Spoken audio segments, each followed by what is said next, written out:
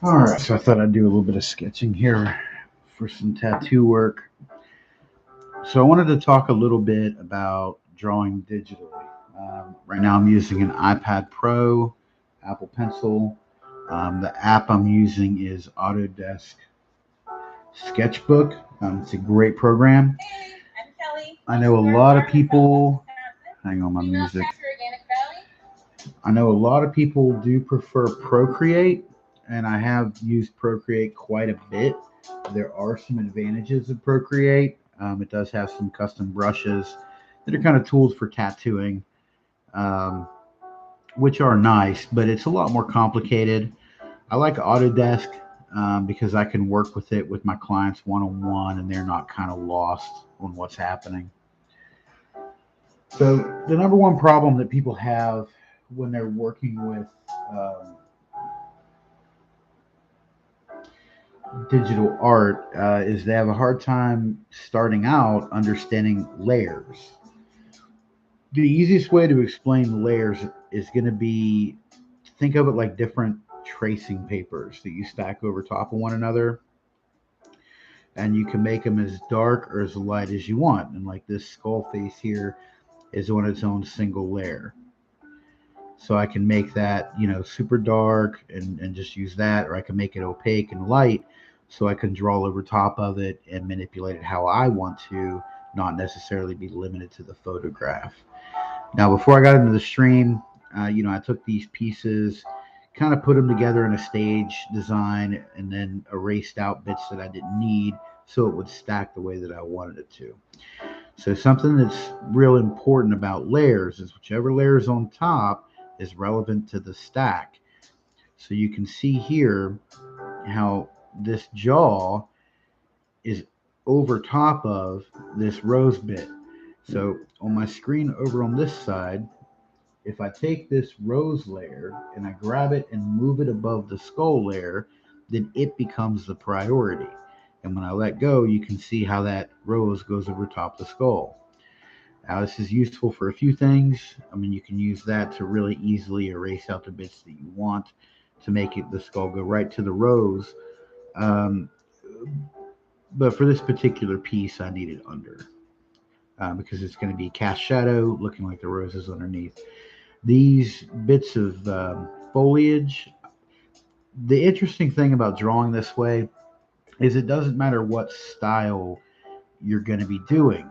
You can take something like this that's illustrative and pair it with something that's realistic and use it as a base or a mat to create your image. You don't actually have to find super realistic foliage because 9 times out of 10, when you're creating for a tattoo, you're not going to find realistic pictures of branches and foliage that's going to wrap the way that you need it to wrap. Now it's going to be way easier to either A, hand draw that, or B, find a reference that's similar to the shape that you need and then manipulate that. So I can take my grab tool here. I'm going to select this layer, which is these guys right there. When I get my shape tool, it's going to let me manipulate those. And I can change those and make them as wide or as angular as I want. Then if I'm not real happy with it, I can always undo it being digital. Another thing that's super important is I can grab a lasso tool, go around just the one side, and manipulate it, just one or the other. And that's incredibly useful for getting things balanced or put where you want them to be. So, what I like to do is I'll draw things in pieces. Now, for the sake of this demonstration, I'm just kind of putting it together off of random references I found online via Google, Pinterest, whatever. But a lot of times I'll draw the foliage or draw the skull or draw the heart bit, and I'll put those together and do the same thing just with my own sketches. And it's really nice because you can kind of manipulate this and move it around. I can see if I want to put this around the rose or if I want to, flip this and have it coming down. There's like you can draw an olive branch and kind of manipulate that and put it wherever you want. And then if you don't like it, you can just undo it. So, but it's important to understand the, whichever layer is on top and which is on bottom is specifically going to edit your priority. So it's important to understand that those layers are not random at all. So once I get my layers in place and I decide that I'm going to work on the piece, personally, I make everything opaque. Then I'll take and add a new empty layer here, which I can with Autodesk I can do just by hitting plus. And then from there I can actually draw right over top of what I'm looking at. Now it's up to me as the artist to decide what I want to do.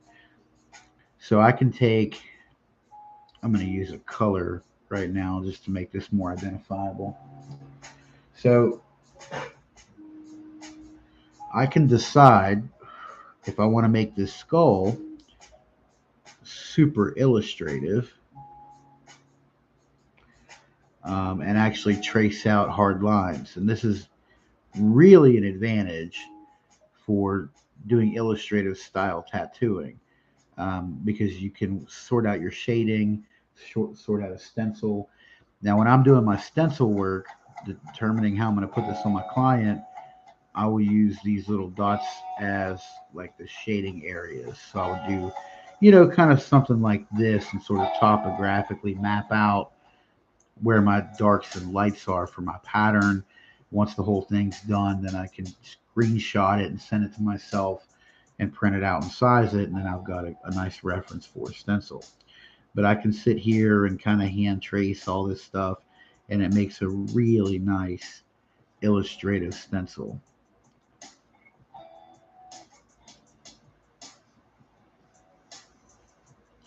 Just as an example. And that'll give me my line work for the drawing itself. So if I want to make the skull match these foliage, then I can do that. And it doesn't matter whether the skull's realistic or not. It's irrelevant. So for this piece, I think I'm going to go more realistic.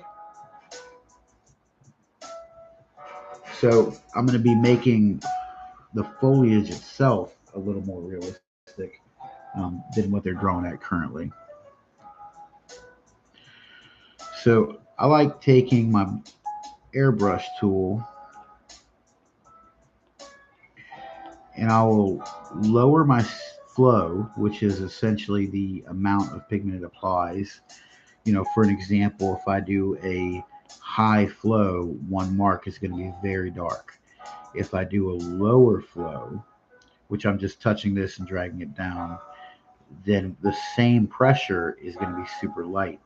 Now, by lowering that quite a bit, this is about 25% give or take, it actually lets you blend really well. And this is typically how I end up doing most of my shading because the more you go over it, of course, the darker it gets. And the harder you press, the darker it gets too. So this is usually how I manage that and manipulate that.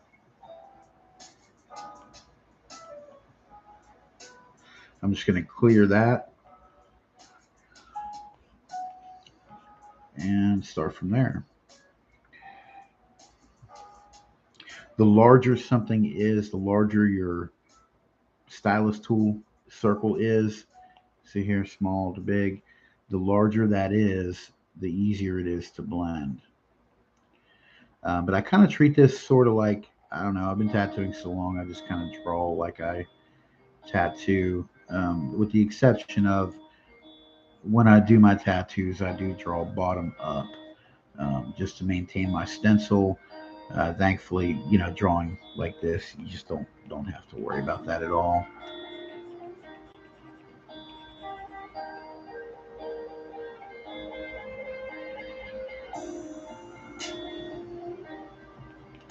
Now I could very easily just use this like a Photoshop tool, blend all these things together, and use the photography itself.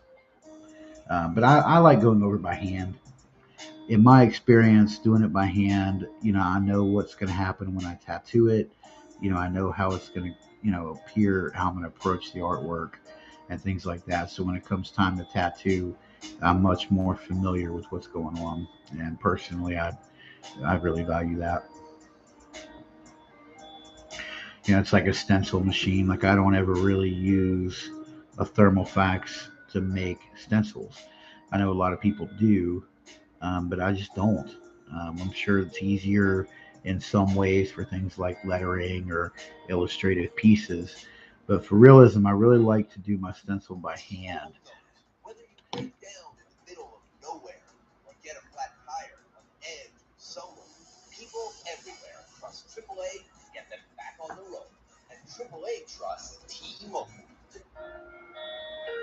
I find that it takes a little more time and a little more patience, but by doing these things by hand, when you go to do the tattoo, you're a lot more familiar. Um, I also am in the habit of rotating my palette, or not my palette, but my canvas. In this case, my digital canvas. I don't really recommend that because when you're tattooing, you obviously can't do that with a client too much, depending on where it's at. Um, so you want to get used to kind of working in one given space. Let's see, I can make that tool smaller to kind of fit in these nice little tight areas.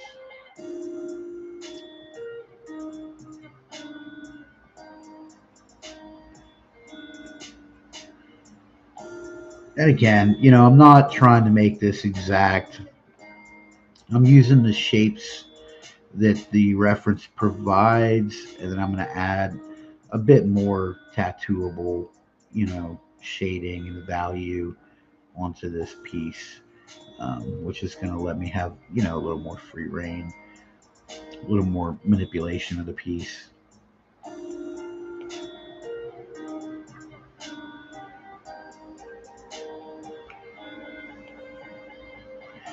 So anytime I'm working digitally, which is a lot, I mean, I pretty much do this every day, I find that I'm constantly changing my brush size, constantly. I'm going from big to get this kind of broad light shading technique, to tightening it down to get into some darker value.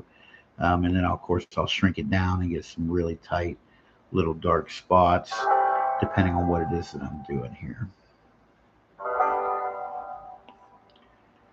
But you want to be aware of your light source. I mean, granted, I'm darkening a lot of this up, kind of raising the contrast because I really want this to be a pretty bold design, getting those contours and things in there. But you want to, be aware. You don't want everything too dark. Um, you can darken up a little bit and use your own best judgment on where you're placing your shadows based on how you make marks and how you tattoo. Like one of the things that I do with these little T-socket is I kind of shadow and shadow, which is where I use a little bit of a light shadow to bring these up a little more. I think it makes them look a little more recessed, have a little more artistic value.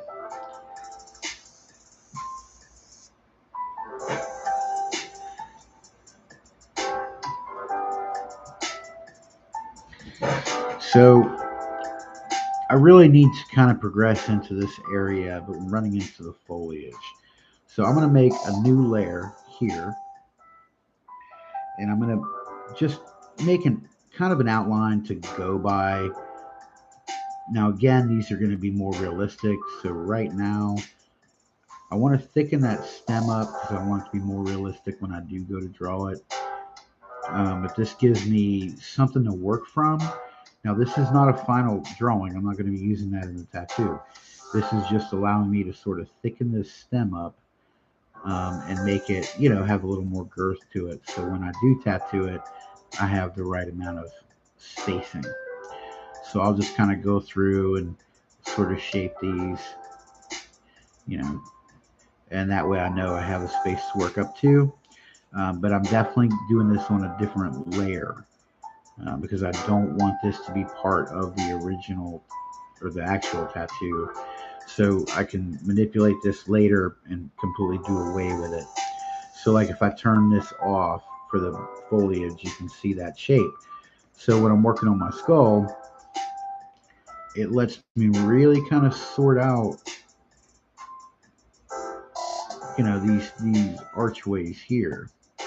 I can work right up to that mark and shade right up to that mark to here and here, and it's not going to affect the actual tattoo because that is on its own absolute layer. So I can even leave that super light if I want to, just to be able to come back later and manipulate those leaves. I try to pay attention to all these little ins and outs that make, the thing more realistic, the little holes for the nerve connections and things like that in the skull. That's all pretty important. And then I'll make big again and start working on like a broad shade. I do like to build things up, but it's really convenient to kind of be able to shade where your shape is. So even though I've got like a line here, my goal is to shade that away so it doesn't look like a line. Now, you notice here it's getting a little streaky. That means I'm too small. So I'm going to take this quite a bit bigger, and that's going to let me work much smoother with less streaks. See there? And I can work on my kind of shadow and shadow. Now you don't have to worry too much about going over those lines for this foliage here, because let's say you're shading and you go over it. Because of the nature of drawing digitally, I can take an eraser tool and just pull that right back out. So technically, I can take my airbrush tool and just go right over top of that to get the shade value that I need, and then come back through and kind of cookie cut out what's not going to be there. And that's a great way to kind of go about it. But again, I'm constantly back and forth on my brush size. Constantly.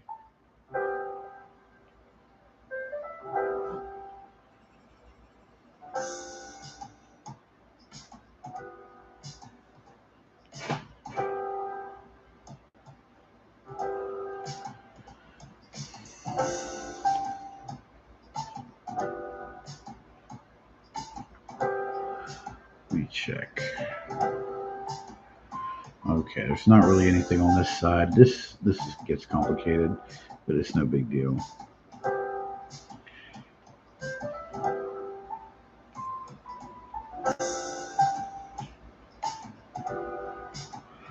So I'm looking at the higher contrast. Now, if you have to, you can increase this to see, but if you make it full, it's actually harder to see where those breaks are.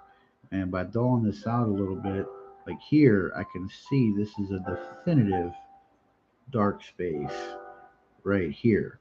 But when we go full opaque, this is a rolling shadow. When we go full visual, you can't even really see that. But when you drag it down, you can actually see a lot more of those little details.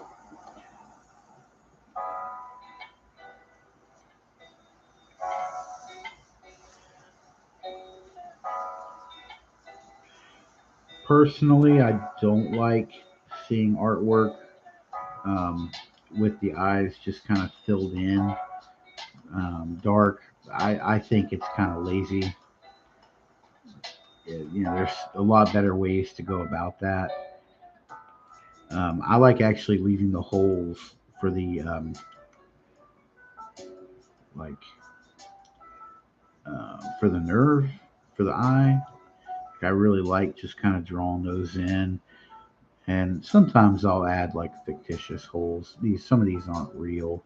If you had like a real skull in your hand, it just adds character for the sake of the tattoo. But I'll take these super dark spots and then I'll start kind of building these up a little bit. Because when you're shading, you want to think about the object. You want to think about what's going on. When you're doing a skull, you want to think about it like it's a sphere, like it's a ball, because it's relatively shaped that way. So these eye sockets are going to be recessed. They're going to be sunk down. So to me, I'm not looking at it as far as where I'm adding black. I'm really thinking about it as far as how far away this piece is from me. So these sunken in eye cavities are going to be farther away from me than almost anything else in the piece because they're recessed. So I'll go so far and get that kind of blended with these standing out. And then I'll do what we call shadow and shadow, which is where you barely shade over top the whole thing, and it makes these little recesses appear like they're back into the distance. So there's nothing wrong with shading right over top of your detail. The bridge of the nose here is a prime example of that. Just kind of makes it look like it rolls back up under there. Yeah, and makes it a little more, well, just a little more. So again, manipulating my brush, and I'll add little things. I want to keep these little cracks. They look really good. Advantage XD fleet treatments protect for 2 months. So then I'll keep working with that shadow and shadow, sort of blending up the shape, showing that this is the bridge of the nose. It's going to be darker. There's a little recess here. This is going to be sticking forward, so the light would actually hit it. But in tattooing, the best way, in my opinion, of course, all this is opinion, the best way, in my opinion, is to look at it that this part is going to be closer to you than the rest. So that's something you want to think about, because that nose is going to come up to an apex, which is going to make it closer to you, the viewer of the tattoo. You want to think about how people read these things when they look at them. This is why with like new school and some modern traditional or neo-traditional, we have multiple line weight, where some outlines are darker than others, or bolder than others. Is to give the illusion of something being a priority. That heavier line weight makes somebody look closer, or pay more attention to a specific area. So you can use that to your advantage. If you've got a sleeve or design that's super busy, you can sort of bolden some sections and make it so the people that are looking at the tattoo look right where you want them to look. This way, it kind of manipulates the order in which they see things, or a priority order, and that can come in really handy, and in some cases just completely necessary, like all these little texture specks.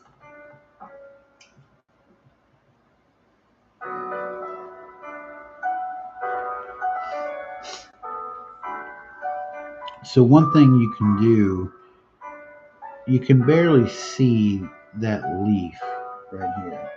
So I can pick my layer that has the skull on it and grab my eraser tool, and I can go ahead and just remove that from the reference photo, leaving this basically cookie cutted out, so I don't have to worry so much about my layering. Now, there's a little twist at the end I don't think I'm going to do. And I can do the same thing here and just kind of pull all this out so it doesn't interfere when I do my foliage.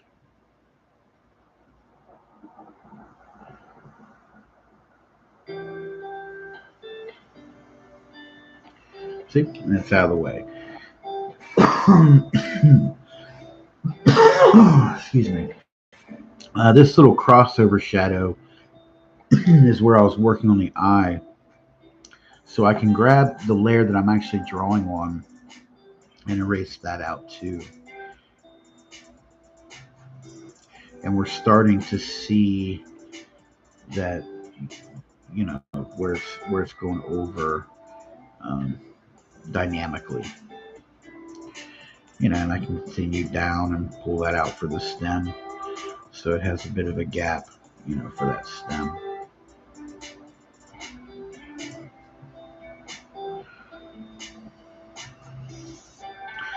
And that frees me up, to work on a lot of this stuff here.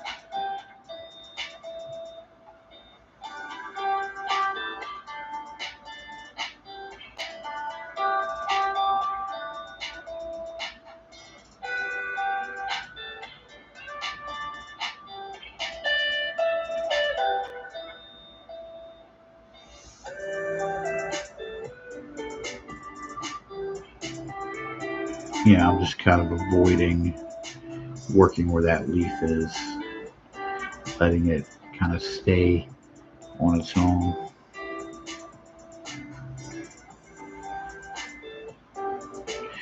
I've heard a lot of tattooers over the years talk about this and that should be hand drawn, and references are cheating and things like that. And that to me is just wholly ridiculous.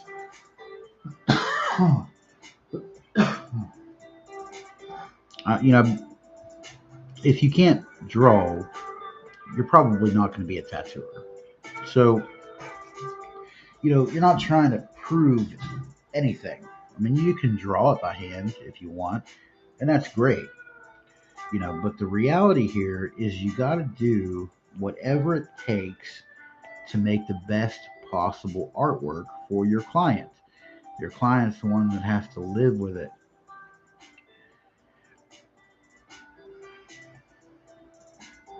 And it has nothing to do with what you want or what you're interested in.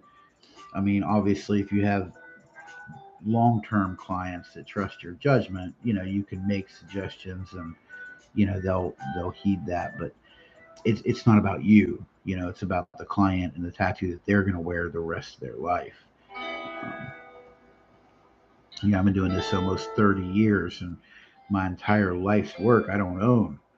All my life's work is on other people. I'm proud of that. Um, but that's part of doing this job, is coming to the understanding that you do not own your work. They walk out the door with it. They're paying for it and paying for your time. And it just, quite frankly, just doesn't have anything to do with you other than the application. A lot of tattooers kind of push their agenda on clients, and I just don't think that that's right at all. People end up with stuff they don't want. Tattooers kind of get a bit pushy sometimes, and that's really the last thing that you want to do. You really want your client to kind of get your design based off its own merit and what they're interested in. Because if you're pushing a client to get something just because you want to do it, they're going to end up with something they don't necessarily like, and that's going to be a problem. I mean, you can always get on social media and put a post up and say, hey, this is a piece that I'm interested in. This is what I want to do. And there'll always be somebody that'll think that that's cool and take you up on it. But you don't want to do that with every client. Nine times out of 10. I mean, there's a bunch of world famous tattooers out there that are doing this stuff. That are really good at it, much better than I am. But that's not the reality of things, man. This is like, like 50 people, 60 maybe, that's doing this at a level that most of us can't compete at. What I'm talking about, the reason I'm here isn't to cater to these guys and girls and women, that are doing this stuff world famously. Most tattooers are in a small town, are trying to make do with what they have, or trying to, keep their shop going, or trying to expand and make a name for themselves, and trying to get things going. And that's really what this stuff is for. I'm not trying to be any Tattoo Superstar. I'm just trying to help the people that, you know, everyone else that's getting ignored basically by the industry. And there's a lot of us. A lot of us are ignored by the industry. You know, if you're not the best in the world, which not everybody can be that. You know, if you're not don't look like a model, you know, you're kind of asked out as far as the industry goes. You know, and that's unfortunate, you know, but it's true. And that's one of the reasons why I'm here. You know, it's because I've been doing this for a long time, and I wanted to show you guys, you know, some everyday tattooing methods, the stuff that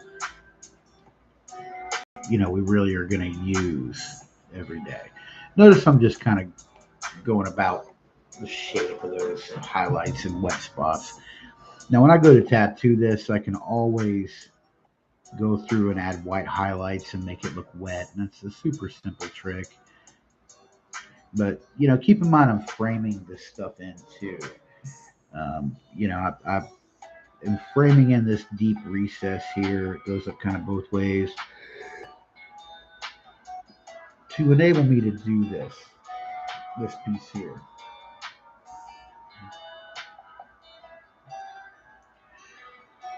So I'm just going to kind of start shaping this stuff out.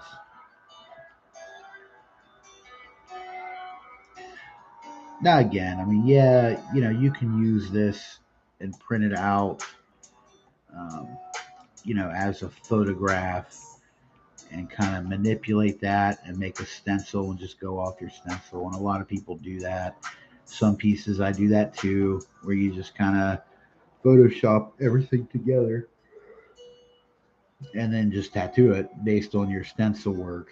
Um, you know, make it a topographical stencil with your lights and darks and such.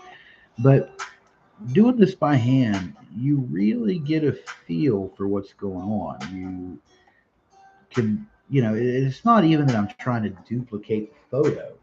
You know, really, what I'm doing here is just deciding how I'm doing this.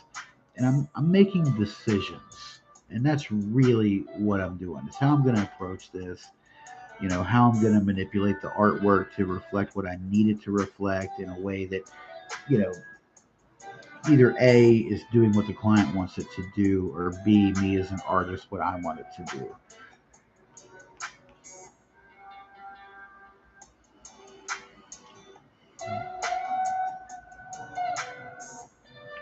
You know, and then just duplicating a photograph and making a stencil, it just doesn't always do that because, you know, tattooing is a lot about efficiency.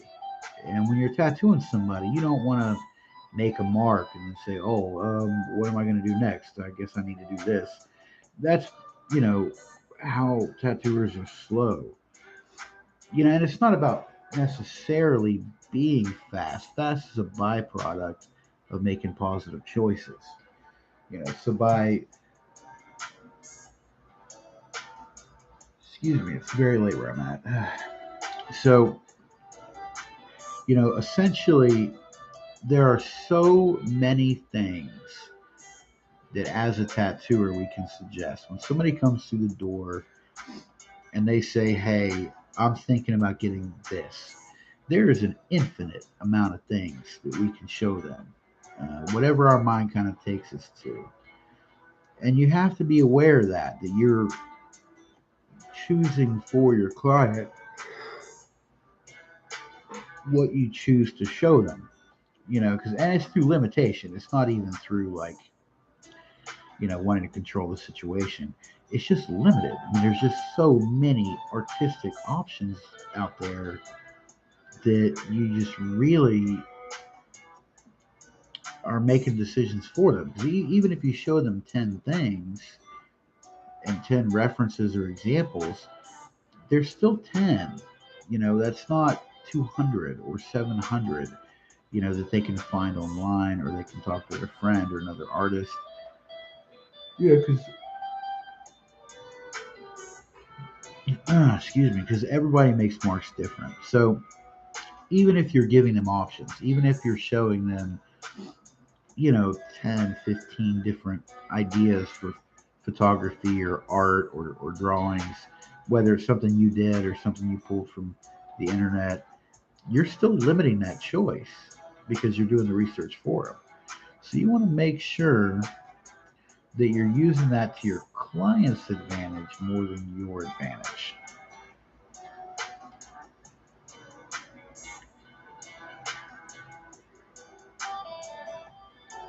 I mean, every tattooer out there picks out their favorites and the things that they kind of want to do, and that's what you sort of hand the client. And sometimes that's okay situationally, but you don't want somebody to come in and to get a memorial tattoo for their grandmother that's passing away and talk them into from getting a butterfly to a skull. I mean, there's going to be limitations here as far as being an everyday tattoo artist. And a lot of these really high-end famous tattoo artists have a major advantage, and this is that they have enough people that they can say, "This is what I'm doing," and that really is what they're doing because to them they're not worried about paying their power bill. They're playing with their art and doing what makes them happy. Well, when you're an typical tattoo artist working in a normal shop day in and day out, you're trying to feed your family, you're trying to build up clientele to get to the point where you can do those things and kind of take on that more specific art. But that all takes time. So you just don't want to force that with your client. So you can see here how I'm zooming in a lot. Shading that little, I think it's a ventricular artery, I'm not sure. You know, when it's like this, it is real hard to get your pencil in there to really accurately shade it. So you just bring it large and make your brush smaller and kind of manipulate that how you view it to,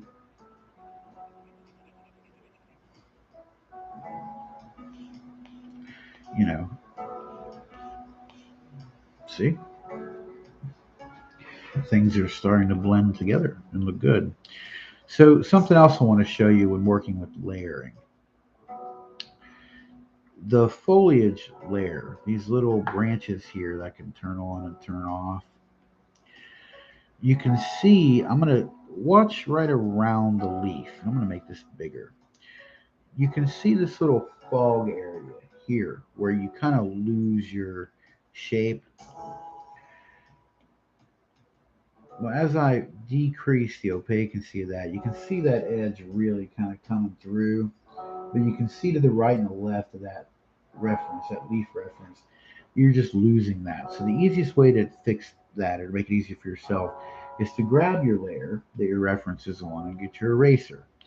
You can just make your eraser small and work right up around whatever the object happens to be, and you free it up. So by erasing this out, I'm getting right up to that reference drawing and getting rid of as much of that empty white space as possible.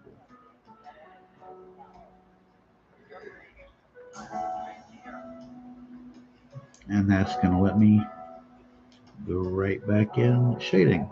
And there I just made some marks on the actual layer with the branch. So I'm going to undo that and make sure that my active layer is the layer that I'm actually drawing on, which is here. I'm going to tap that, see how it's blue.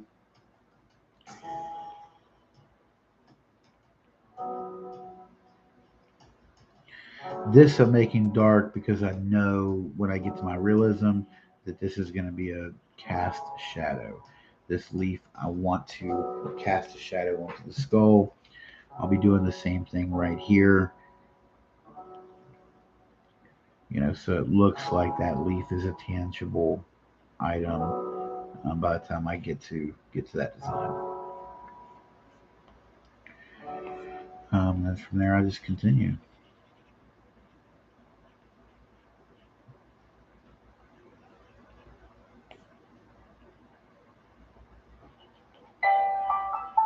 Kind of shaping all that up. Yeah, this is getting kind of lighter up here. Now, this is going to wash out real bad, this really light spot. So, changing it to be a tattoo, I don't really want a line. So I'm just going to shade that kind of softly to have a little better edge. Just because as a tattoo, that's not going to hold up. Now, when you're talking about realism in tattooing, there is a difference between realism and photorealism. Realism is, the application of the art or tattoo in a way that doesn't necessarily have line work. It has edges, but not line work typically. Um, but it kind of looks more real, more tangible. Now, photorealism is the art of doing exactly what you see and nothing else at all. There's zero room for interpretation. And this is why a lot of these guys, I keep saying guys, but a lot of these famous tattooers really like portraiture, and they're really good at it, or other realistic ventures. They'll take, photography from a flower and use that instead of the drawing. It makes these things look more real because you're just duplicating what's there and you don't really have to think about it. Even if you don't understand what the picture is, if somebody gets some kind of weird piece of machinery and you have no idea what this button or knob does, it doesn't matter. As long as you get it the way that it looks in the picture, then it's right, for the client, for yourself, for your own reputation. But that's photorealism. Now, just normal realism is just making something look more realistic, like a photograph or a painting. Like that's pretty hollow, so I'm going to add a little construct there.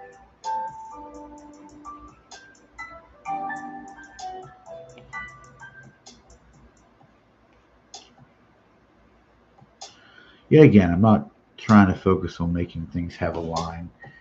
Some of this stuff I'm leaving kind of open ended and incomplete just to have it, have some character to it.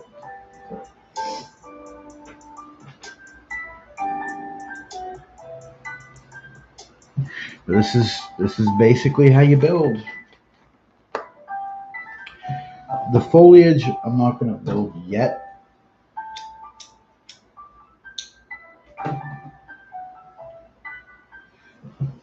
I want to set the tone with the rose first.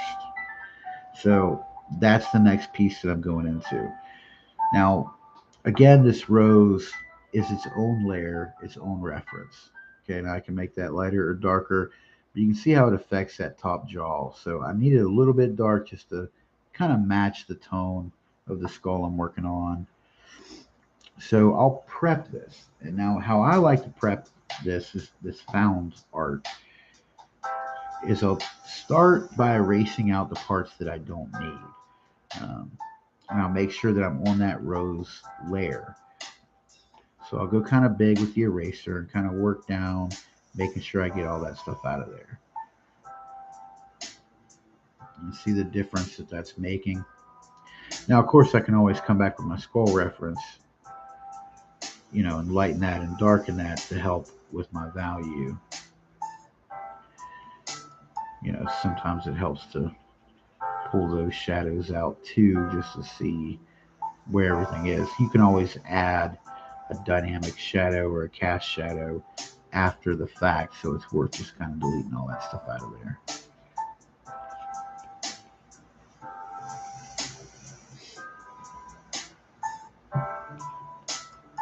So now that the top of this rose is deleted and out of the way, I'm also looking at this border here where I crop this piece in. I may or may not use these leaves, but I'm going to leave them in just in case I decide to. So basically, I'm going to just go around this guy and start pulling this out and making edging. Okay, so I'm creating the edge of these petals by what I remove. So I'm just kind of working right up to that because we don't need any of that. Now I'm not worried about all this out here because once this job is done, I'll take a larger eraser tool and make sure that that stuff's out of the way. So right now I'm just kind of getting free. I think I'm going to pull that out. I don't think I'm going to use that. But right now I'm just kind of getting all this free around the actual art so I can come through and delete this excess on the external edges later. Taking great care to not remove the leaf or the stem of that leaf itself. But you can see how this foliage, this illustrative reference is still there. Again, because it's on a different layer than the rose that I'm working on. Again, this is my rose reference. So I want to make sure to pull all this out of here.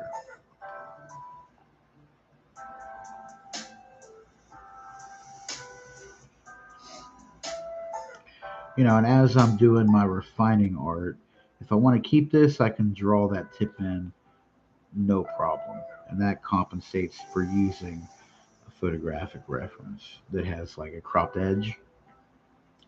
And again, I'll just kind of keep following the outline of the shape of that petal. Now, as I get up here toward the skull, uh, it's a lot more loose. I don't have to worry as much because I'm on the rose layer, so I'm not affecting any of the drawing or any of the other references. And you can see how that's really kind of trimming out, becoming its own thing. So I'll grab a little bit of a bigger tool and I'll get rid of all this.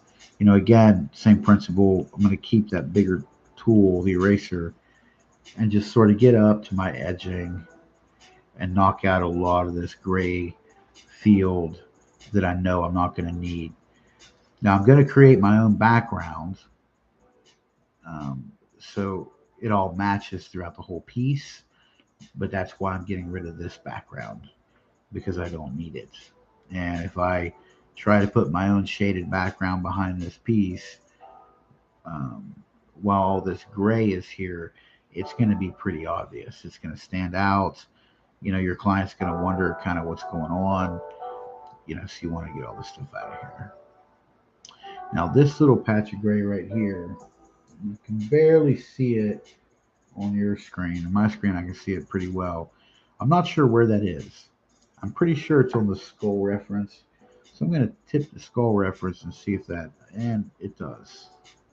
So I'm just going to kind of take all that out as well. I'm basically treating that skull reference just like I am the rose because all that's right up underneath what I'm working on. So, and again, now, that doesn't affect the rose at all. So I'm going to go back and tap that rose. So now I'm back on the layer of my rose, and I can keep sort of prepping this piece to be functional for me. There's nothing wrong with using references. Something I had heard a long time ago. I like quotes. I love literary quotes from famous people. But a thing that I heard a long time ago is if something is worth being said, then chances are someone already said it better than you can. So it's worth taking the time to find quotes that apply. And art is the same way.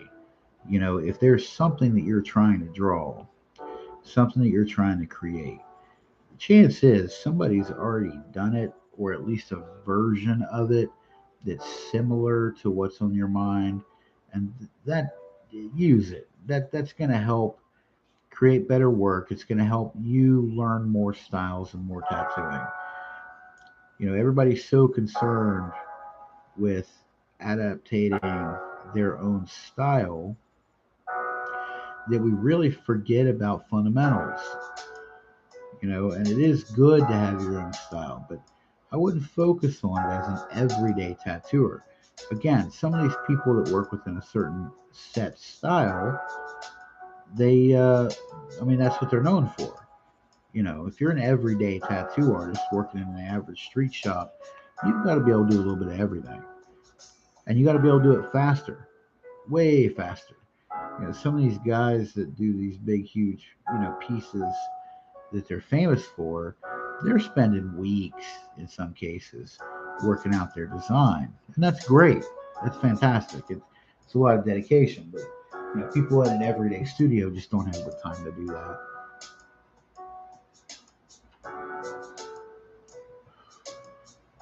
I'm sure there's a few pieces here and there that you'll get to kind of hand tool, but it's not often. Most of the time, you've got a few clients in a day. You're trying to pay your electric bill, your kid needs something, or your car broke down. And there is a balance where it is a business. To some of these guys, it's not a business anymore because they're charging 100 grand for one tattoo, so they can take a week to work on this shit and not actually affect their income. But when you're an everyday tattooer in a street shop environment, it's a big difference. So use the reference. There's nothing bad about it. Nothing. I hear all the time, oh, you got a reference from Google or got a reference from Pinterest. Yeah. Yeah. Because we don't have time to sit and draw for a week and put 20 hours into a tattoo that you might make, 500, 800 bucks on. You just can't do that and be a viable business.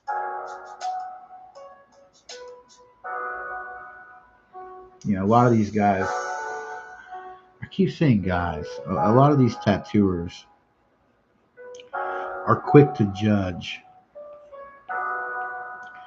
um, about your methods. Well, they have the luxury of doing that, of having time. They have the luxury of going to every convention and taking every seminar and listening to every lecture and talking to every other famous tattoo artist. The bulk of us don't. The tattoo industry caters, to, I don't know, 30, 40% at a guess of the actual tattoo industry. The rest of us are in our small town shop, trying to make ends meet.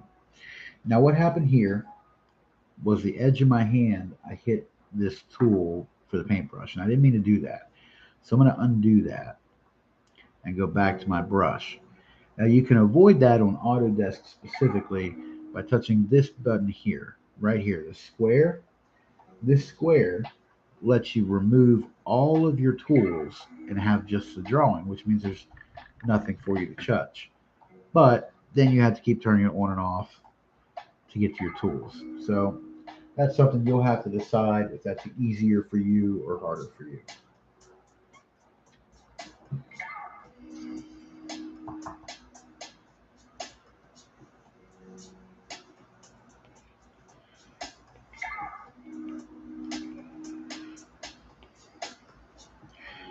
So here,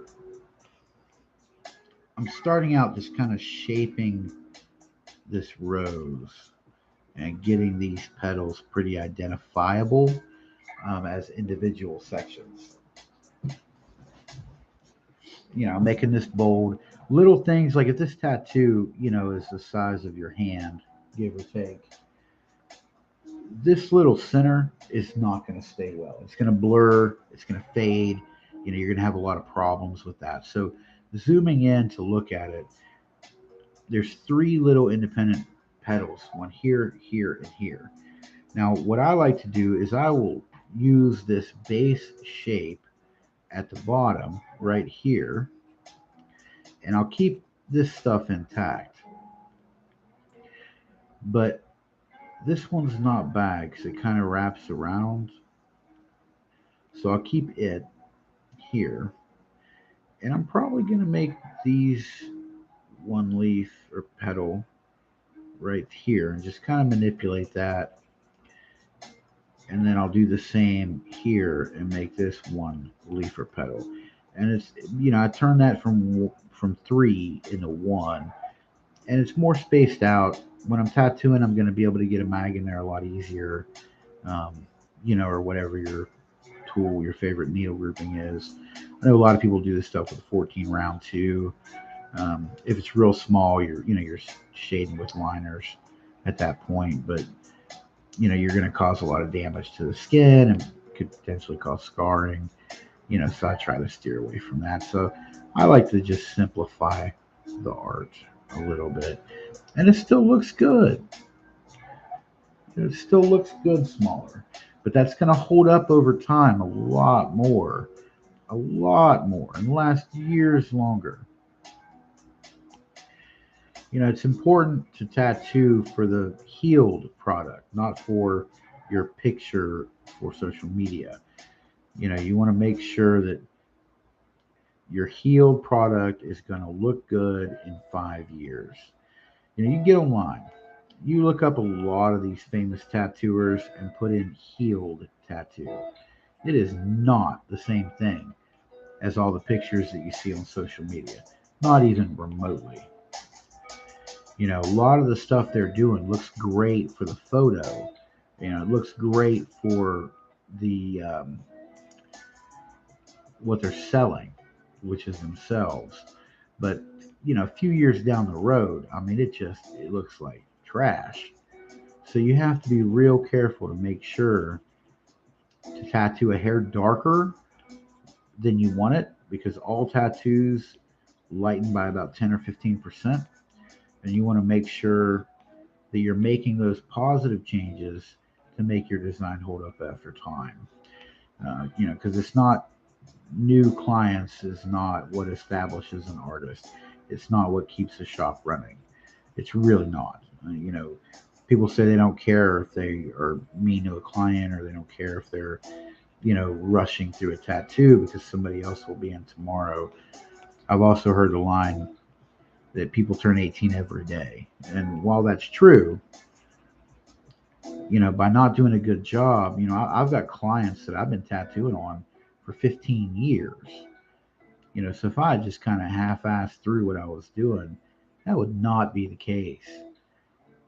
So not only do I build a good relationship with these people, many of them become friends, like real friends that you get to know and go to weddings and things like that.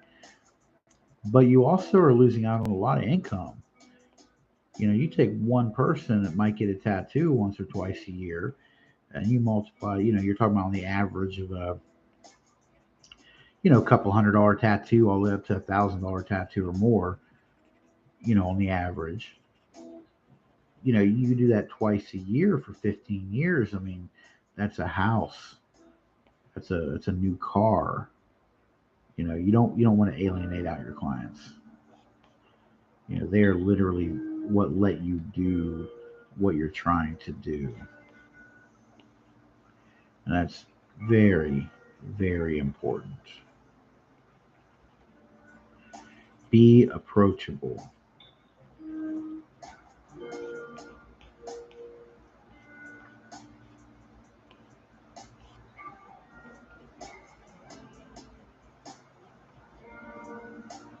So I'm going to darken that up just so it's more visible.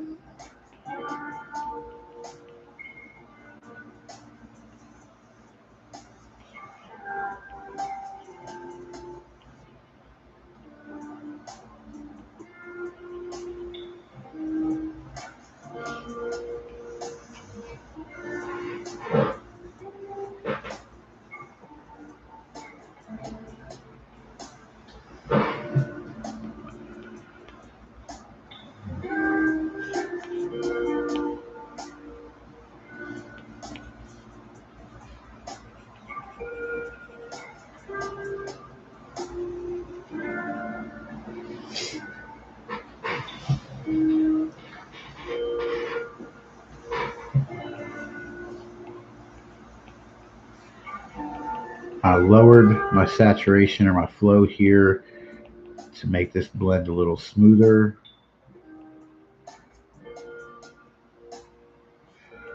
I'll make it smaller to get that edging in there.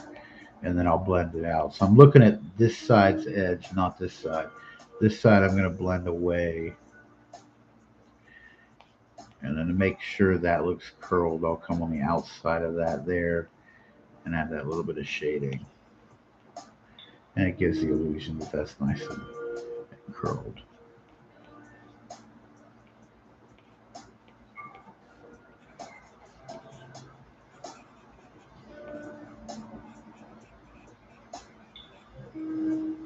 Again, I'm not lining here. I'm edging. I'm making an edge for me to shade off of. That is not the same as creating an outline.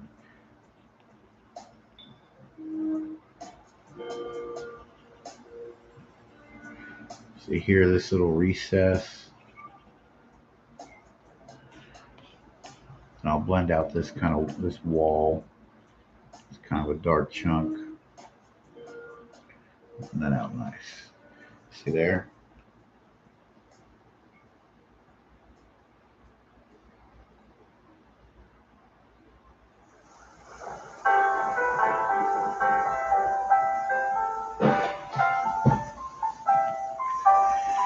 So from there, I can take this curl, sort of develop it to.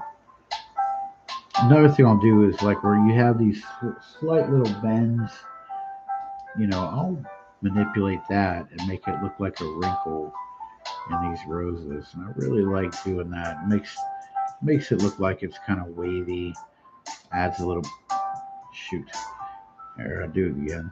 But I like developing these little wrinkles and creases. It makes the whole thing look like it has some dynamic to it, like it's actually like wavy. Super simple trick, makes a tremendous difference.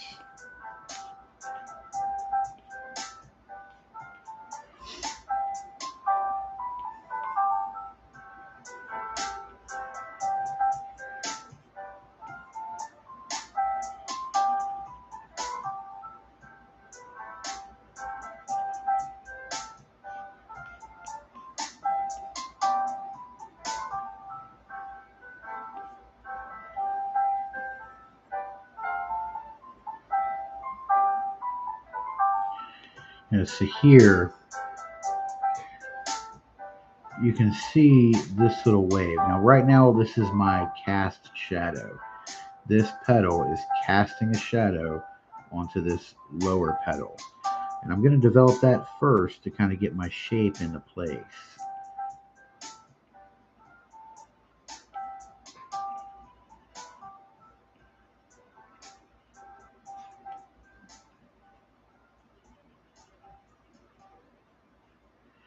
So where this little kind of key up is, it's a great opportunity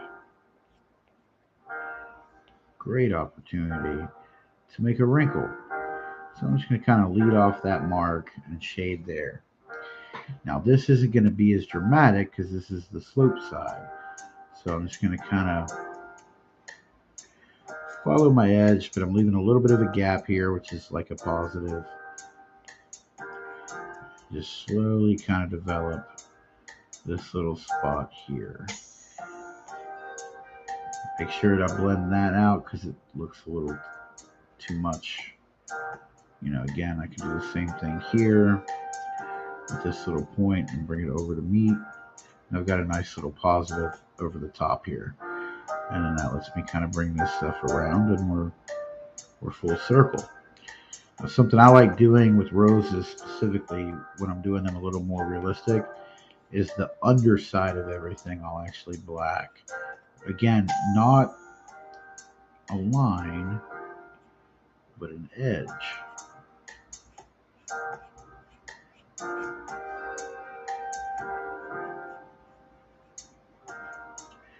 It makes it look like it has something to it.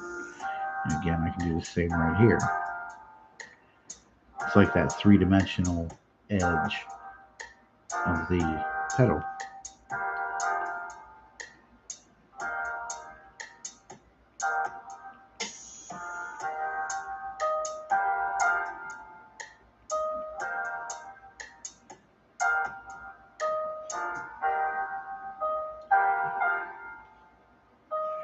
So it's starting to get lost here. Where's what?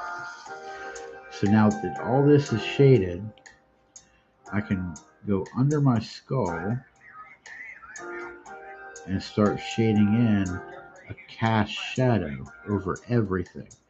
Now the reason why I did it all first and now I'm adding the shadow is so I have those under shapes underneath that are still going to come through on the shadowing.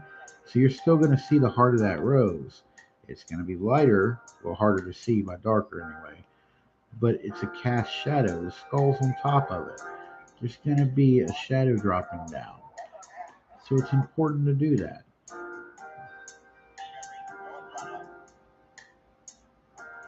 See?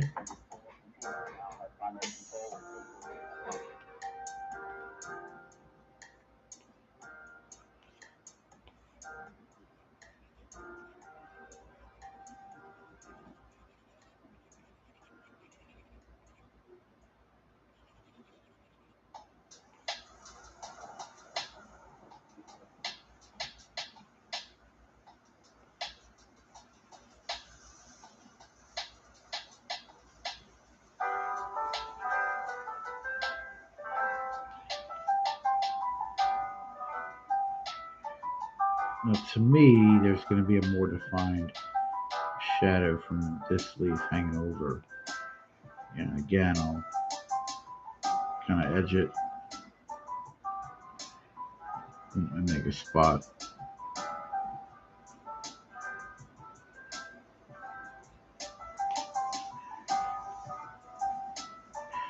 Again, make a spot. I don't want to do this whole thing because then that removes that 3D appeal. But by doing just this and not doing the sides as much, it really looks a lot more realistic. Again, the same thing here. Bottom edge.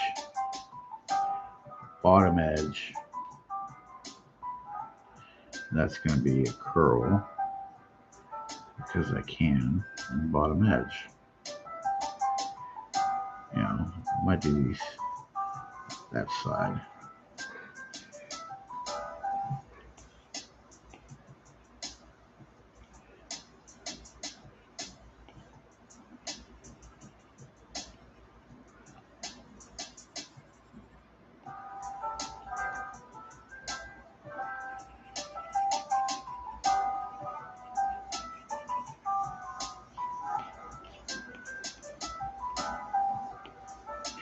Now where this curl is, the apex of this curl is going to be the top of my wrinkle.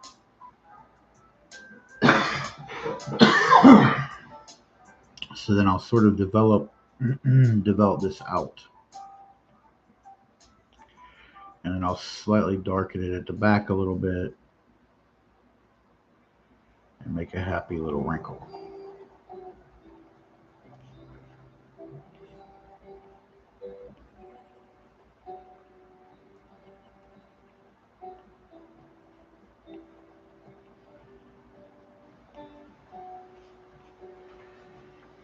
All right, so from a distance, this chunk here stands out a little bit. So I'm going to smooth that out just a little more. And if I think it's too dark, and you can't really go back because I worked on that, then worked on this, you grab your color tool, and there's an eyedropper here. You grab your eyedropper, and it gives you a crosshair. Wherever you put that crosshair is the color. So I'm going to grab this color right beside of where I was shading. That's going to let me blend this color back in and work like a smoothing tool or a blender, or even just straight up letting me kind of get rid of whatever it was I was working on and start over. So I'm going to just softer blend that. Yeah, that's a little wonky, so I'm going to make that a little smoother. Again, a cast shadow from that petal.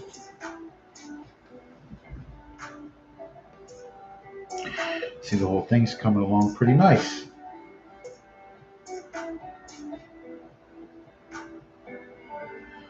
and just kind of taking our bits and our pieces and creating viable art. And we're an hour and 10 minutes in. If I were to do this tattoo large enough to be able to get all these details, you're probably talking, I don't know, $300 to $500, for what's probably going to be 2 hours worth of drawing and probably 3 or 4 hours worth of tattooing, depending on your speed. I mean, it could be more, really, depending on the size, but that's quite you know, a good tattoo, nice tattoo. My point is it's personally worth taking the time to sort all this out ahead of time, and it's financially worth it to do your planning. And by planning all of this out, even though I was using references, by planning all of this out and making my own marks and figuring out how I'm going to do my own shading, when I'm tattooing, I'm going to be tattooing way more efficiently because I'm not guessing. There's no guesswork. I've already done this. I'm not making a mark and thinking, oh, maybe I should do this, maybe I should do that. It's already sorted. And that's what I'm doing right now, is making sure that it's already sorted. So one of the ways that I like doing the leaves for a more realistic tattoo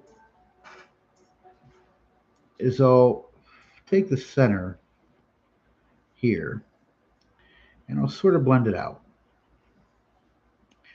And then I'll make this edge and sort of blend it out. And then when I'm using a mag, I'll take the edge of my mag, the corner of my mag, and kind of shape this a little more and just sort of do this with the edge of my mag. You don't have to have a defined line on the outside. It's going to be there. You're going to be able to tell what's going on. And I just do this light. I don't use a solid black. I use like a bit of my wash, and just do it kind of the mid-tone, because you don't want a hard black line in something that's real. But look how nice that is. Super simple. Super simple. Blend that out a little more if you want. Blend this edge out a little more if you want. But that texture is just right there. Same thing here.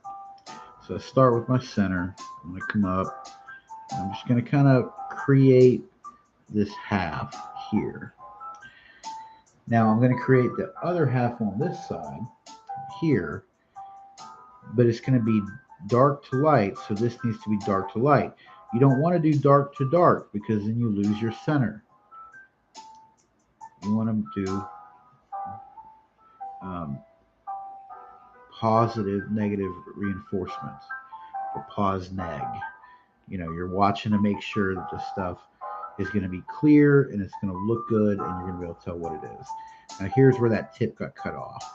So I'm just going to go ahead and kind of bring that forward, create that out of my shading. Now what I can do is this, grab that tone, blend it right up, make the rest of that leaf using the tone from that under image. Go back to my black and continue. So again, shade out my center line to the edge, creating a dark side. Again, dark side the same on the other hemisphere. Then I would take the edge of my mag and just sort of drop some scratch lines in there to make it look like those veins without having to switch to a liner and without it being super bold like a cartoon. Easy peasy.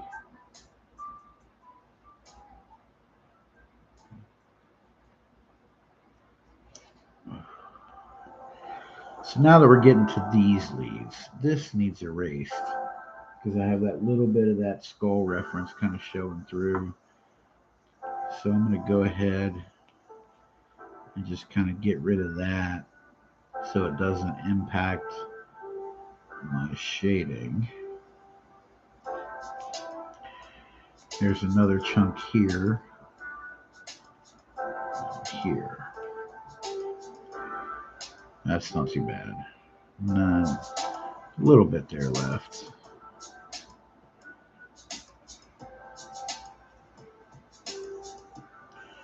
I think that's on the heart reference. Yeah, it is. So you just go through your layers till you find what you're trying to delete. If you delete the wrong thing, erase the wrong thing, you're going to know pretty quick. And you just undo and pick another layer.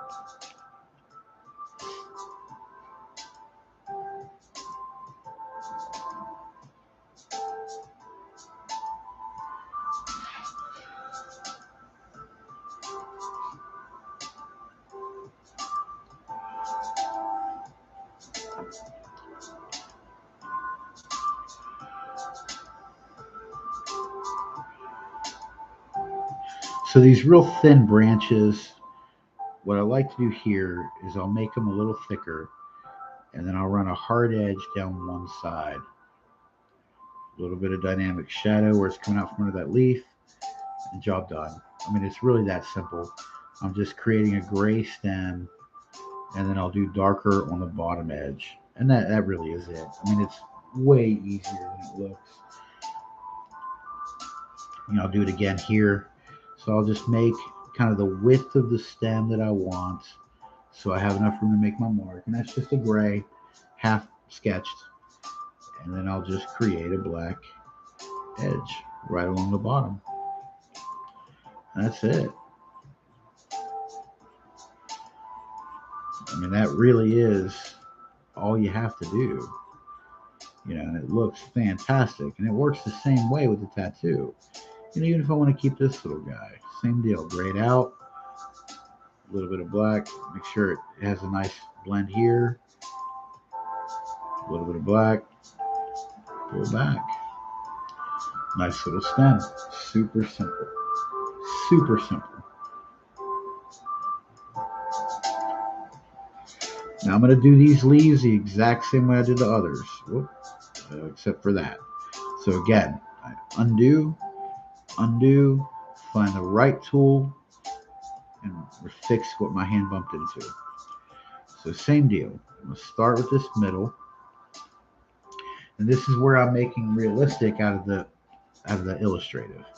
So I'm going to kind of gray base it with just a super light gray. It can be patchy. It doesn't have to be perfect. And then I'll start blending that out. And just making a nice little edge. Now again, like the petals of the rose, I'll make a bit of a hard edge here just to show that has some girth to it. And again, dark side to light side. You don't want dark to dark, you don't want light to light. That's the real rule of thumb here, is you don't ever really want two darks touching, and you don't ever really want two light spots touching. That's the quickest way to make your tattoo blur up. Prime example is right here. You can see as that dark starts to get close to that dark, you lose that tip. So you really want to watch that. Again, thin out. Edge of the mag, edge of the mag, edge of the mag, edge of the mag, edge of the mag. And then I'll continue down here behind it, edge of the mag. Same thing, edge of the mag, edge of the mag, edge of the mag. This whole piece I can do with a 7 mag or a 15, depending on the size. Then come back through with a liner or 14 shader and crispen up my edges and make everything a little smoother. And now look at the difference between that and that. It's that simple.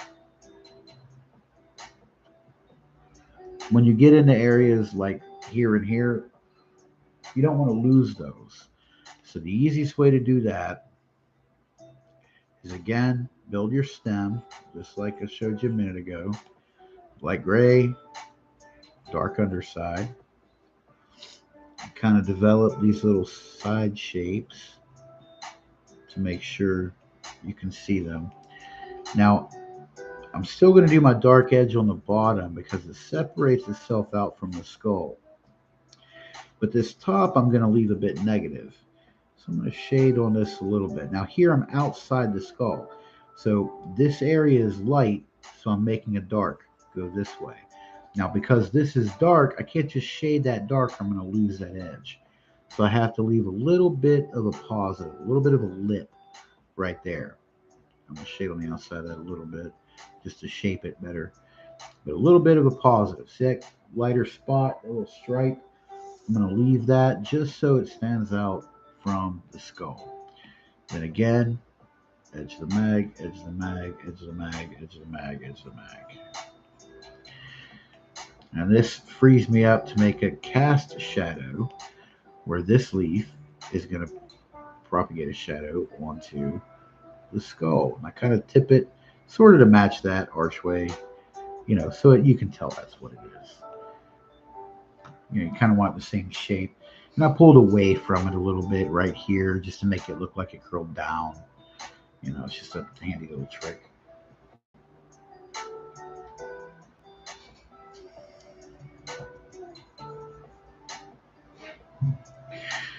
Same deal. Do just like before, only this time I'm going to have to darken this a little bit to create this light edge. Then I'm going to do the same thing. Do my center. I'm completely ignoring the drawing other than the shape. Now this time I'm going to go the way that I was going, which is from the center down, so it matches the rest of the leaves. Just kind of create that bend. Now here I'm going to do the same thing I was doing before, but I can't come out to the edge or I'll lose it. So again, a little bit of a negative and just leave a little bit of light between the leaf and the skull. Then like before, edge of the mag. And I'm just dagger stroking that, which is where you press hard and then pull up as you go out, going faster. And it makes the tip have a spear shape. See there how it gets thinner? Like that, and you can go over it and over it and over it to darken up the back. But that's a dagger stroke. Hard to light is a dagger stroke. That's what that's called. All right, so on this one, I'm going to have to really shape this a little bit for the skull.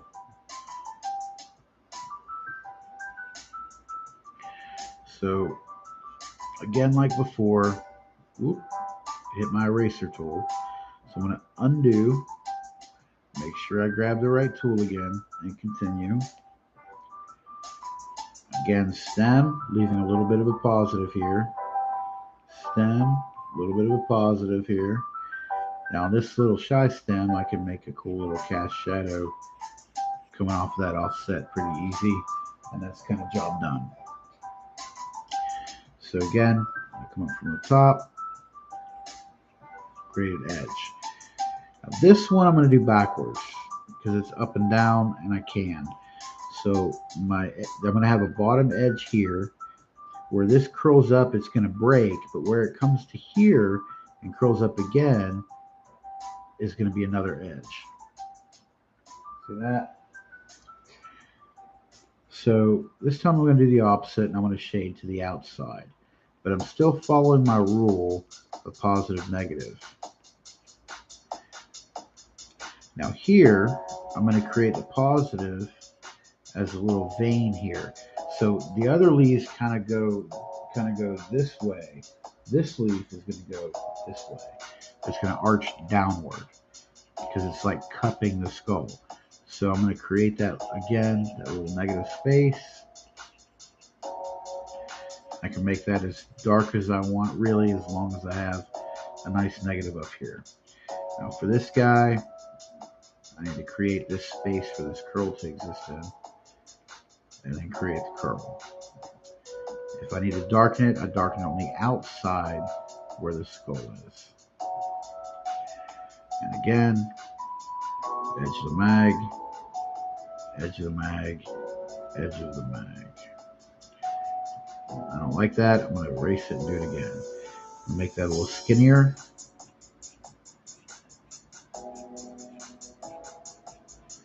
Again, leaving this little negative gap, which you can take your white and come back through and kind of shade and force that if you want. So I'm going to smooth this out because I don't want it to look like a line. I want it to look like a blended edge. Make it small. And again, edge of the mag to make my little veins. Super, super simple.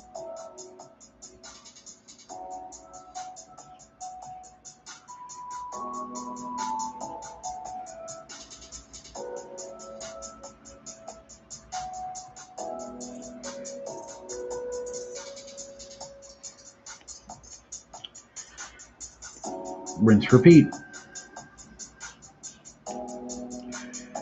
Gray edge. Continue this edge out here. This would be pretty much a full edge with the exception of the underside of that twist, which you can just create out of shading pretty easy.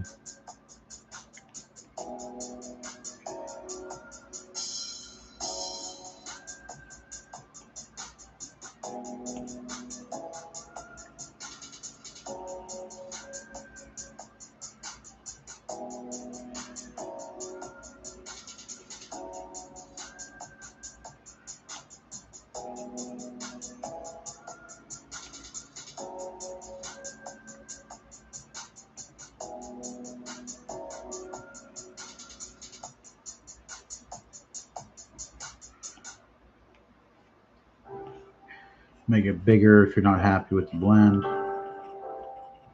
By making the brush bigger, it's a smoother shade. It gets a little messy. Super simple fix. Eraser tool. Clean that edge up. Clean that point up. Look how easy that was. So go back to my airbrush. Shrink it down. You guessed it. Edge of the mag.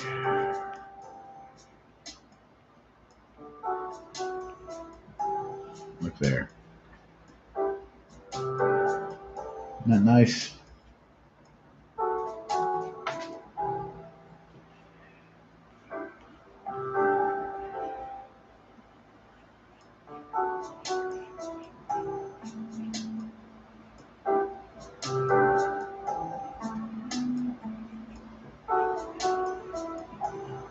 I'm going to switch sides up here and down here because by looking at it vertically, this is the bottom edge. As you come up here, this becomes the bottom edge.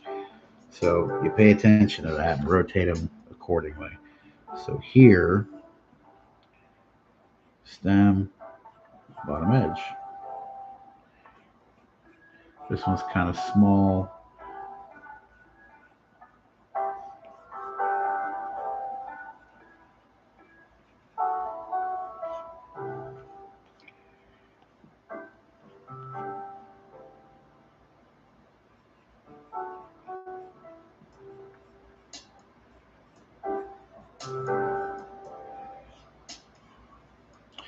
That's a cool little twist. So I'm going to start just like I did with everything else, darkening out my bottom edge. This is my orientation. So as this comes up, this becomes the bottom edge. And that's going to let me blend that out. Kind of cool. So I'm going to darken here because, again, you don't want a dark touch in the dark. So that tells me that my black needs to really be on this side to keep the dynamic correct. So on the twist leaf here, it's going to have to be all interior with a bit of a negative on the inside and outside. Negative, negative. And once that's achieved, I'm going to go back to normal. And oh, shit. I go back to normal and put my little light vein lines into place.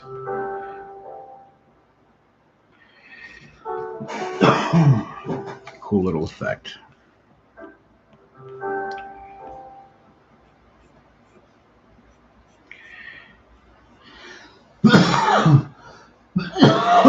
Excuse me. Now, when I'm tattooing,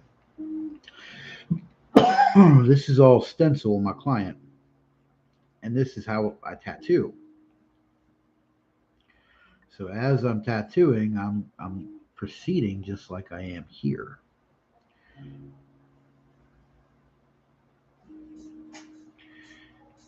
So imagine my illustrative reference underneath being my purple stencil.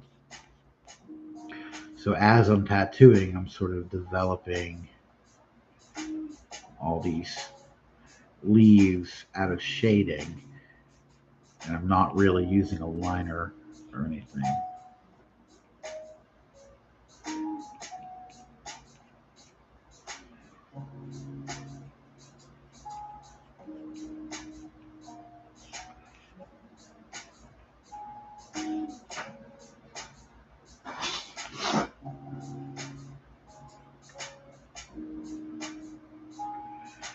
Bottom edge, dark line for my shade,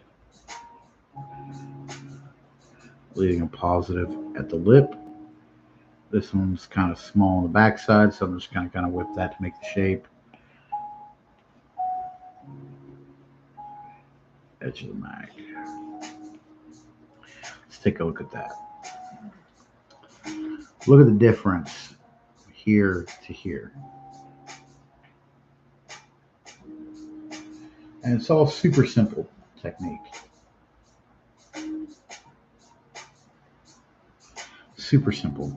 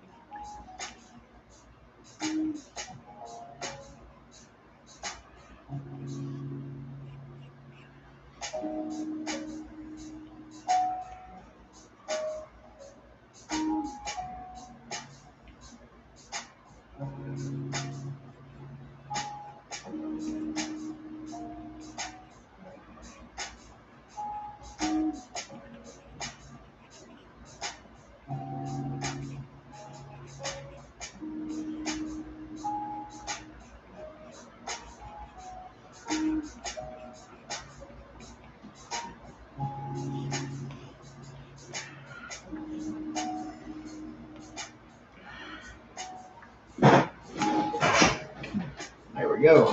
Here's one side versus the other.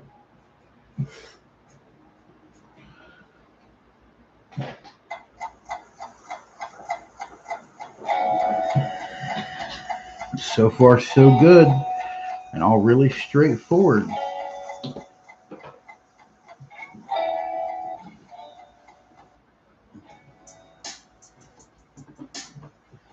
Don't feel free to leave questions in the comments. Feel free to ask questions or make comments. If there's a better way to do it that you know of, let me know. I'm definitely not above learning.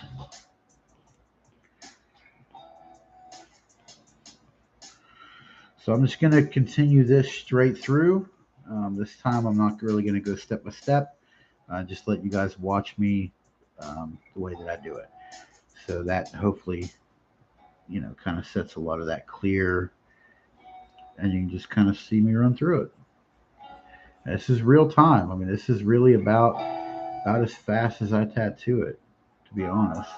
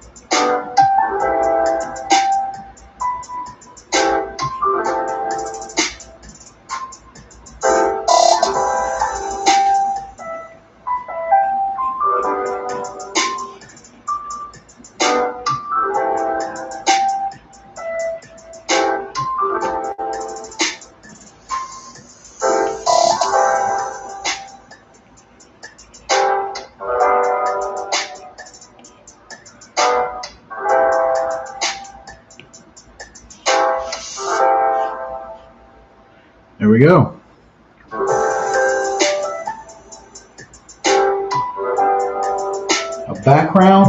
Background's pretty easy.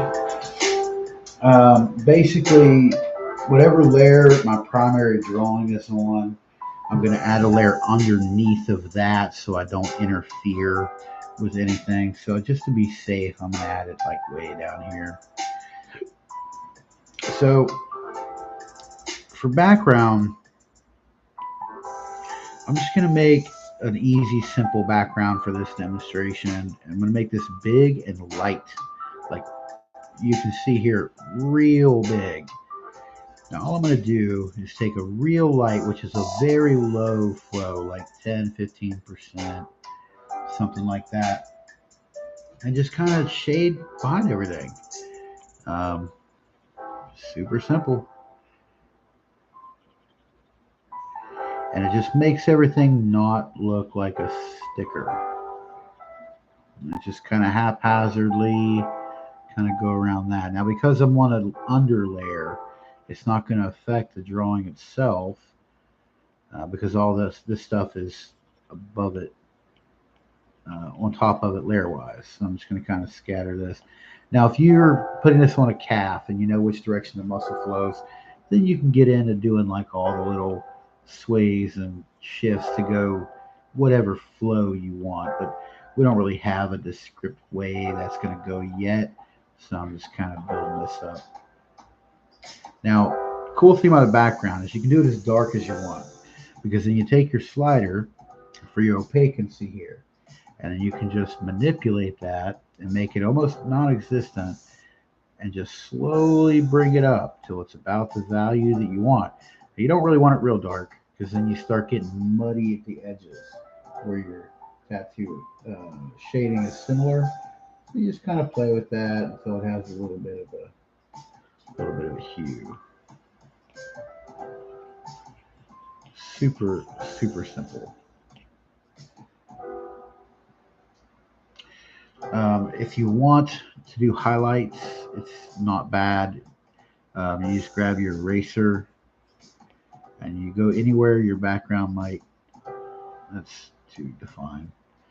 Like if you want a negative highlight, you just get your eraser and you can kind of decal it and just sort of erase out around your primary images, and it makes a cool little glow effect and keeps things from getting too awful muddy. It's pretty cool. It's super simple to do. It just kind of has a nice little border. Obviously you're going to tattoo it a little differently, but for the image to show your client, it's pretty neat.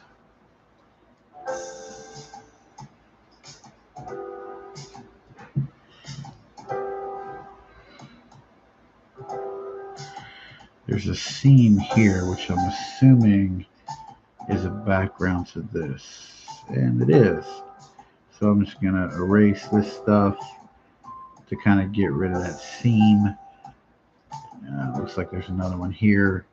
I'm just gonna kind of erase this edging from where we use that reference. I mean, technically I could just get rid of the reference if I really wanted to, but drawing it with the reference there, it made a certain tone. When you remove it, it removes that tone. So it's probably better to keep it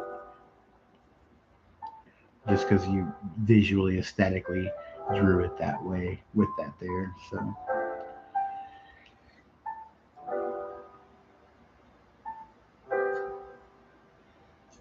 now another thing you can do, if you know you want to go realistic and you want to use white highlights in the tattoo, you grab your tool and you switch over to white. Now you're not going to see white.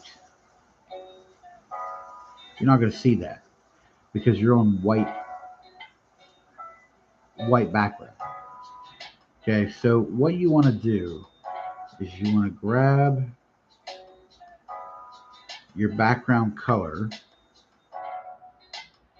and kind of set it at like a skin tone or maybe a gray, something like that. You're going to be able to see the white highlights at that point. Now this is a lot lighter because of the skull reference. So the skull reference is actually blocking that. So I can turn that off. Or what I like to do is just take the opaquency down a little bit. You can do the same thing. Looks like we're getting a little bit of that here. And that's going to be the leaf references. So I'm going to take those down just a little bit more too. It looks like that's the heart reference. And you can see this sort of white cap right here. So as I pull down that opaquency on the heart reference, that's going to come a little bit more true to form. And there we go. It sort of has that sepia kind of tone to it. Looks like I've got another one here, which is probably the rose.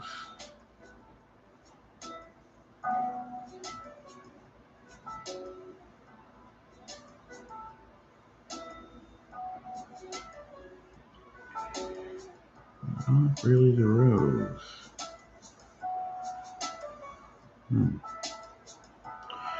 So once you get that set to like a skin tone sort of color,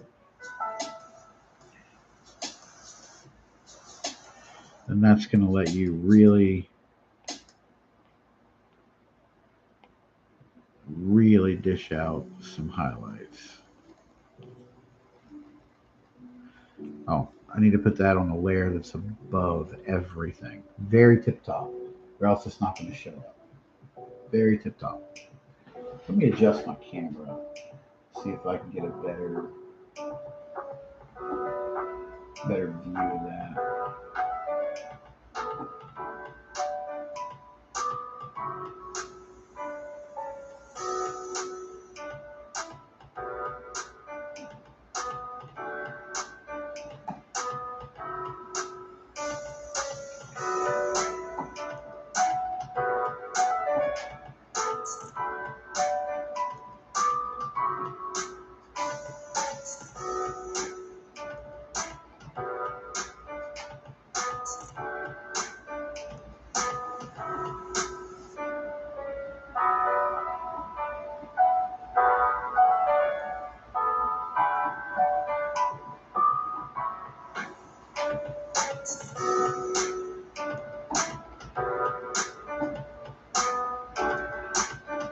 No, I guess it's not really going to let me adjust it too much.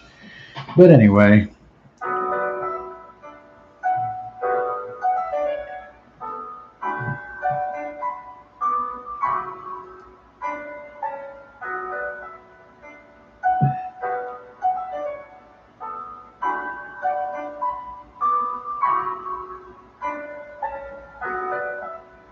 There we go.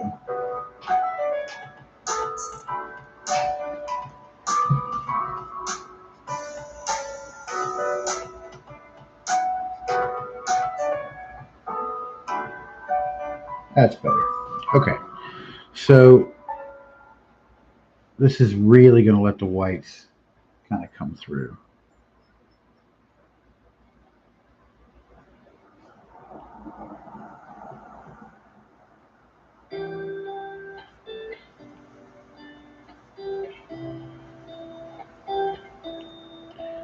I'm really looking at like the high ground locations. You don't really want to do any white inside of the eye sockets because those are going to be raised anyway.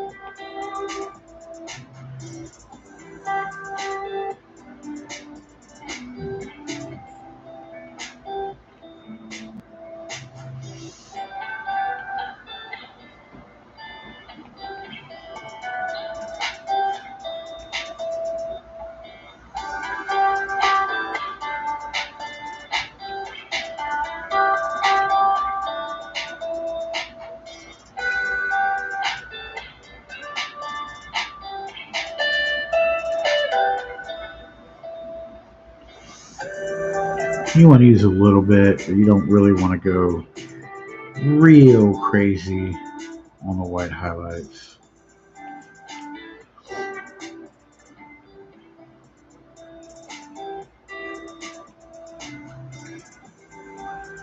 You don't want to be overpowering.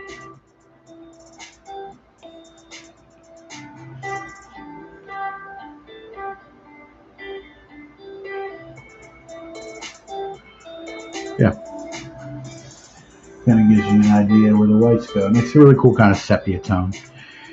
My advice is when you show your clients, have this ready to show them as a demonstration of the white highlights and the impact the white highlights would go. But when you're making your stencil specifically, I would turn this right back to white.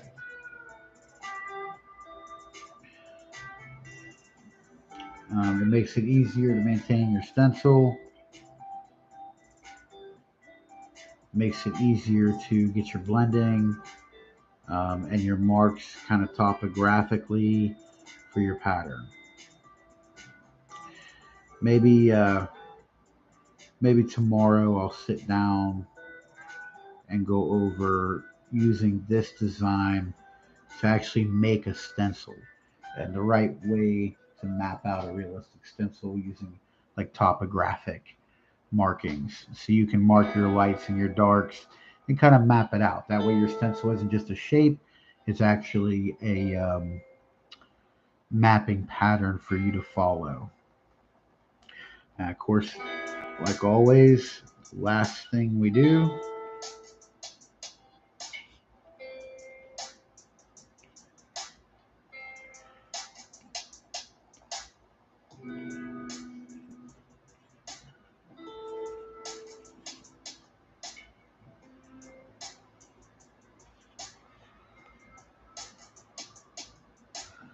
signature. Well, I hope this was helpful. It ended up being a 2 hour stream from start to finish on how to put together bits and pieces and blend them to look like a tattoo. This could have gone either way. Could have done it realistic. Could have also done it illustrative. I just went with the realistic just because that's what I was in the mood for. So I'm going to take a screenshot of this um, to post on social media to make available for clients in case somebody actually wants this as a tattoo. And I might even use this as a thumbnail for this video if I can figure that out. So the easiest way to do this is to hit my square to turn off all my tools. Get that better picture. And then you got your other tool here, which is this little circle guy. You tap it and turn it off. And then you just make this about as big as you want. Fill up your page.